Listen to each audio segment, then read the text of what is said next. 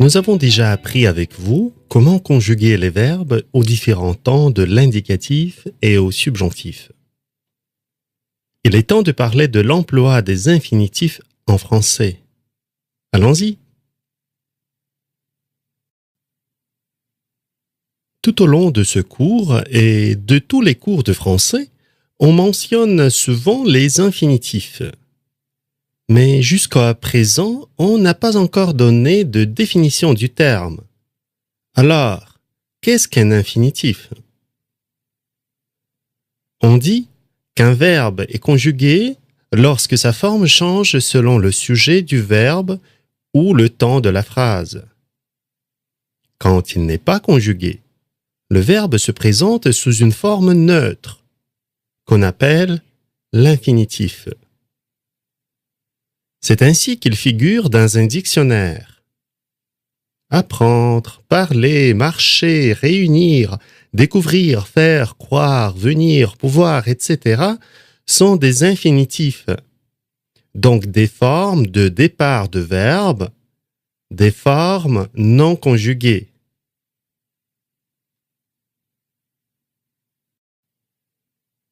En français, on utilise fréquemment les infinitifs. Par exemple, tu devrais aller te coucher. Dans cette phrase, nous avons un verbe conjugué, tu devrais. Tous les autres verbes qui suivent sont à l'infinitif. Aller et te coucher.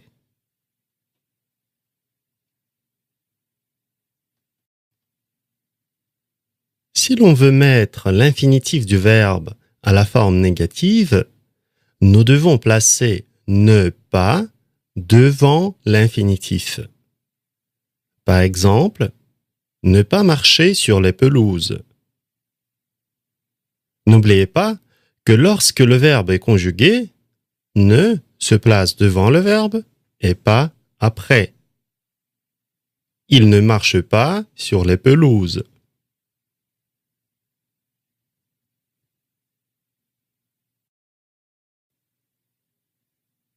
J'aimerais également vous rappeler la place des pronoms qui se rapportent au verbe à l'infinitif. Les pronoms se placent toujours devant l'infinitif. Je préfère ne pas leur en parler. Dans cet exemple, nous plaçons les pronoms leur et en directement devant l'infinitif. Encore un exemple. Tu dois te détendre après le travail. Dans ce cas, il s'agit du verbe pronominal se détendre. Le pronom réfléchi se place comme d'habitude devant l'infinitif. Notez aussi que pour les verbes pronominaux, nous accordons le pronom réfléchi avec le sujet de la phrase. Dans cet exemple, le sujet est tu. C'est pour cette raison que nous écrivons te détendre.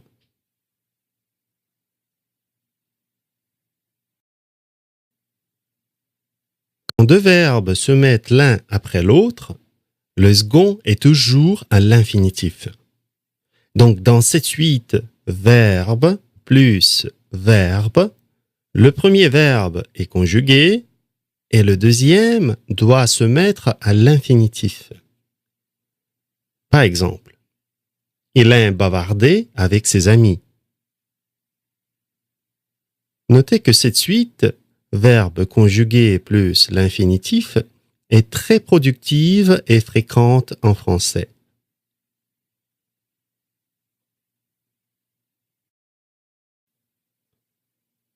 La plus grande difficulté que vous allez rencontrer dans cette suite, c'est qu'il y a parfois une préposition entre le verbe conjugué et l'infinitif.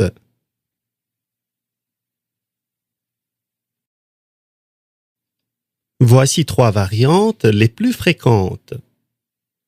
L'infinitif se place tout de suite après le verbe conjugué sans aucune préposition, comme dans notre exemple que nous venons d'analyser. Il aime bavarder. Le verbe conjugué exige assez souvent l'emploi de la préposition à pour pouvoir se relier à un infinitif, comme par exemple « je commence à comprendre ». Le verbe commencer s'emploie toujours avec la préposition à quand il est suivi d'un autre verbe. La troisième suite parmi les plus fréquentes comprend les verbes qui exigent l'emploi de la préposition de avec un infinitif. Essaie de dormir un peu. Ici, vous avez le verbe essayer utilisé avec l'infinitif du verbe dormir.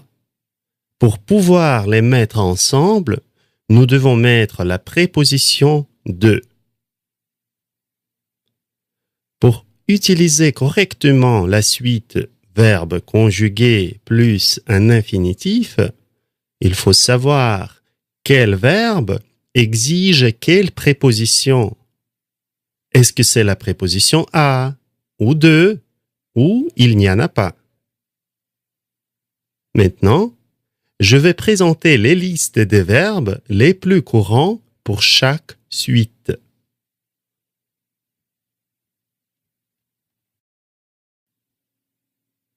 Commençons par les verbes qui se lient directement avec les infinitifs sans préposition. Aimer, compter, croire, désirer, détester, devoir, écouter, entendre, espérer, il faut, laisser, oser, paraître, penser, pouvoir, préférer, prétendre, regarder, savoir, sembler, souhaiter, venir, voir, vouloir.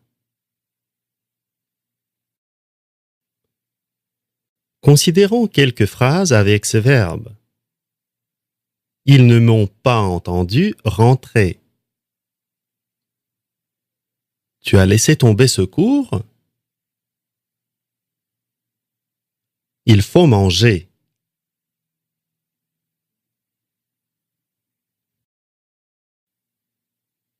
Certains verbes demandent l'emploi de la préposition à devant l'infinitif. En voici les plus courants.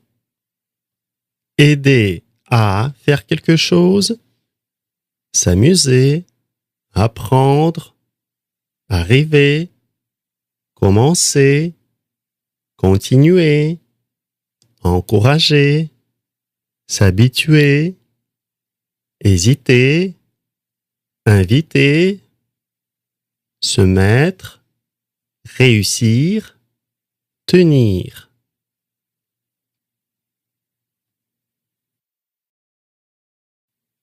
Par exemple, Jacques a appris à patiner et à skier quand il avait 6 ans.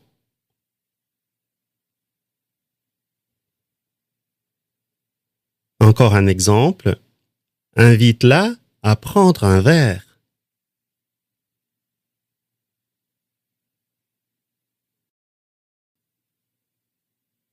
Il existe également un grand groupe de verbes qui se construisent avec la préposition de devant l'infinitif.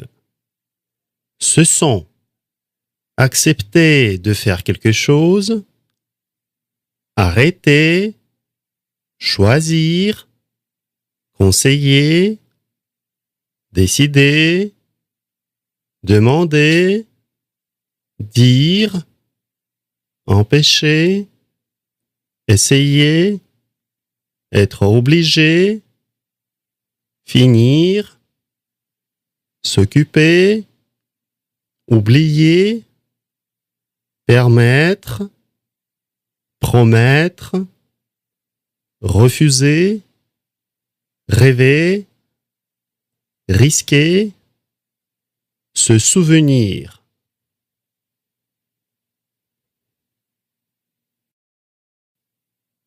Par exemple, il essaye de te parler. Encore un exemple, il refuse d'arrêter de fumer. Dans cette phrase, nous avons le verbe refuser qui se construit avec 2 plus infinitif. Elle refuse d'arrêter. Et nous avons aussi le verbe arrêter qui exige aussi l'emploi de la préposition de s'il est suivi d'un infinitif. C'est pour cette raison que nous disons arrêter de fumer.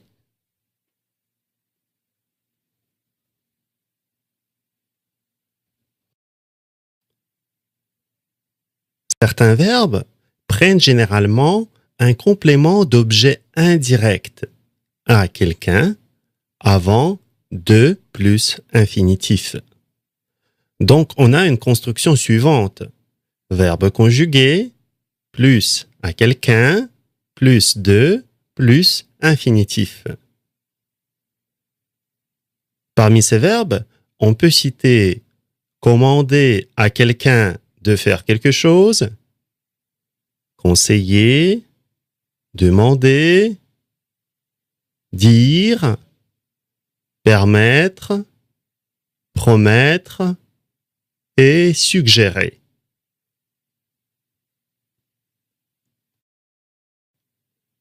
Par exemple, je demande à mes amis de m'aider.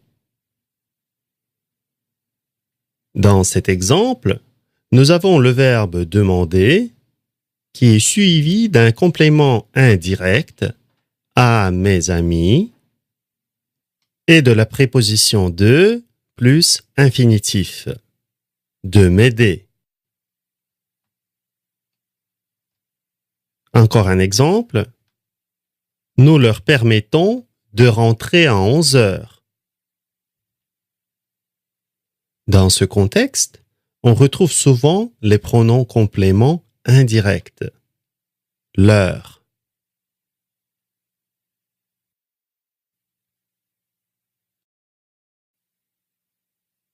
Il y a aussi un nombre important d'expressions avec le verbe avoir qui prennent la préposition de devant l'infinitif.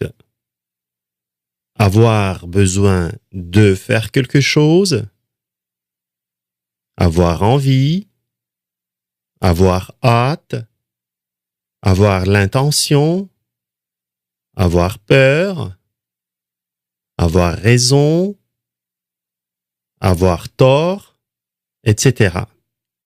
Par exemple, j'ai besoin de lire toute la leçon. Ou encore un exemple, j'ai peur de chanter devant les gens.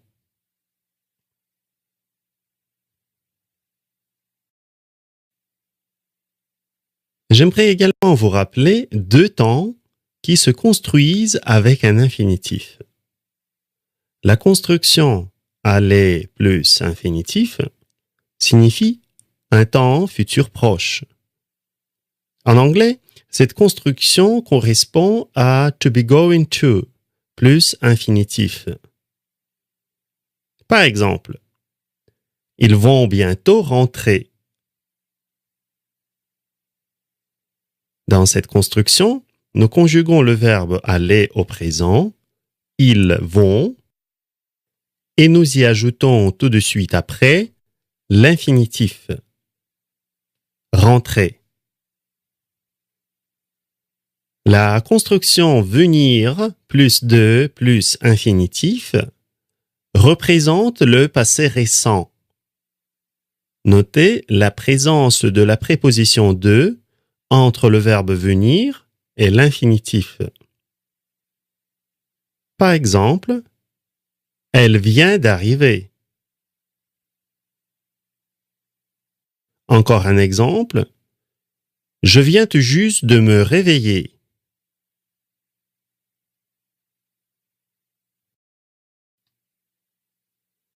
Vous pouvez parfois rencontrer l'infinitif passé. L'infinitif passé est formé avec l'infinitif d'avoir ou être plus le participe passé du verbe.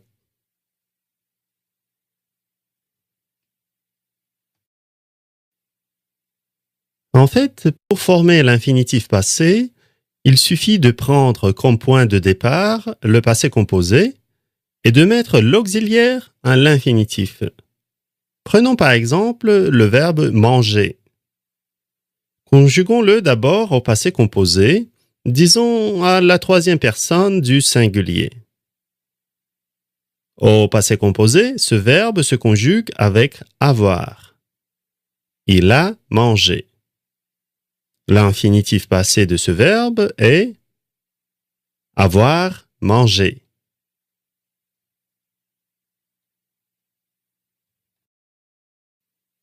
Se lever.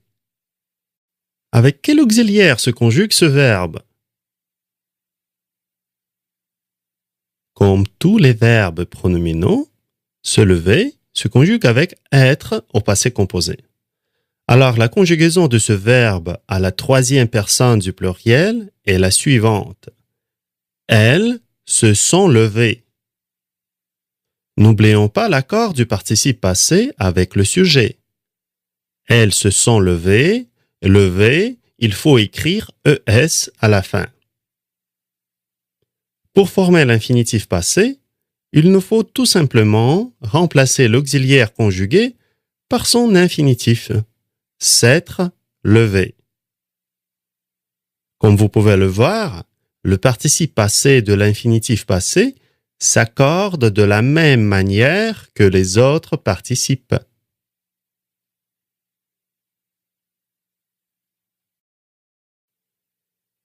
Considérons quelques exemples. Après être passé à la banque, Marie a fait des courses.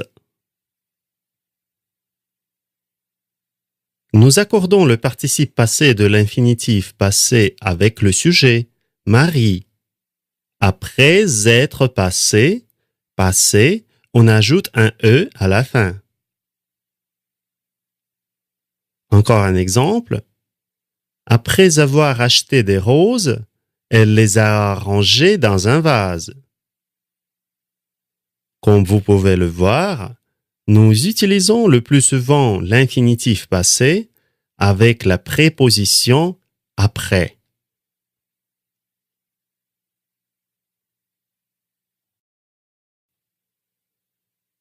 Finalement, j'aimerais vous rappeler un emploi important de l'infinitif à la place du subjonctif d'un des contextes où l'emploi du subjonctif est impossible. Nous ne pouvons pas utiliser le subjonctif quand le sujet des verbes principal et subordonné est le même. Par exemple, nous ne pouvons pas dire « Je veux d'abord que je finisse mes devoirs ». Parce que le sujet du verbe vouloir « je veux » et du verbe finir « que je finisse » est le même. Dans ce contexte, nous devons utiliser l'infinitif pour le deuxième verbe. Je veux d'abord finir mes devoirs. Notez que si les sujets sont différents, nous devons utiliser le subjonctif. Je veux d'abord que tu finisses tes devoirs.